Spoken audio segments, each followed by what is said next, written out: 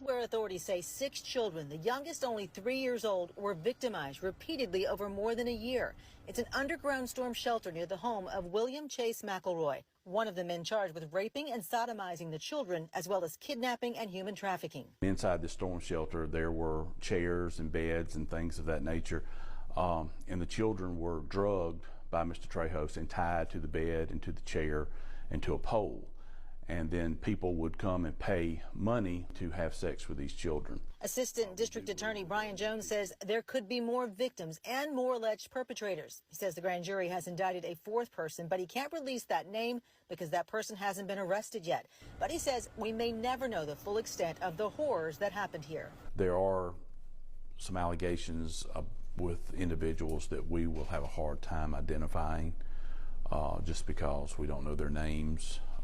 And the children were drugged, according to one of the co-defendants, and so they may not be able to recognize or be able to identify anyone. Jones says many of these details came from some of the defendants themselves. This has been a tough case for investigators and prosecutors, one they've been looking into since the first of the year. Shocking new details in the Bibb County sex abuse case. It made me feel disgusted. The Bibb County Sheriff's Office releasing a picture on Wednesday.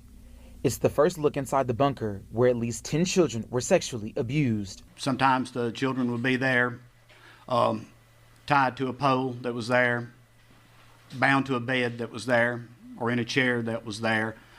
Sometimes there would be multiple people that would come by and victimize these children on a nightly basis. Sheriff Jody Wade says the abuse started as early as 2022. I would probably have to have therapy myself, or I might be wearing orange in Bibb County Jail. That's where these 7 suspects are now, facing a range of charges from rape, sodomy, and bestiality to human trafficking and kidnapping. I wish they would let them out and let Bibb County citizens take care of them. This woman said she didn't want to show her face or give us her name out of fear. Wade says this operation could be gang-related, and the ringleader, Andreas Trejo, may be the link. I know a couple of the boys, and it surprises me.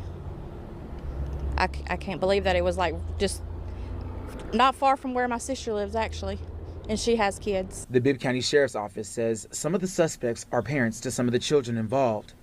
Mary Hicks has 14 grandchildren and says if that were her grandkids, she would be in jail by now. That's wrong. I killed my own child with my grandchild. That's wrong. Wade tells us the suspect's main source of income was sex trafficking, and the children were used to make up to $1,000 in one night. I couldn't imagine doing that to my kid. If I need the money, I'm going to go out here and work. If you need money that bad to do that to your kid. Using drugs to sedate them, all while adults took advantage of them. No child deserves this.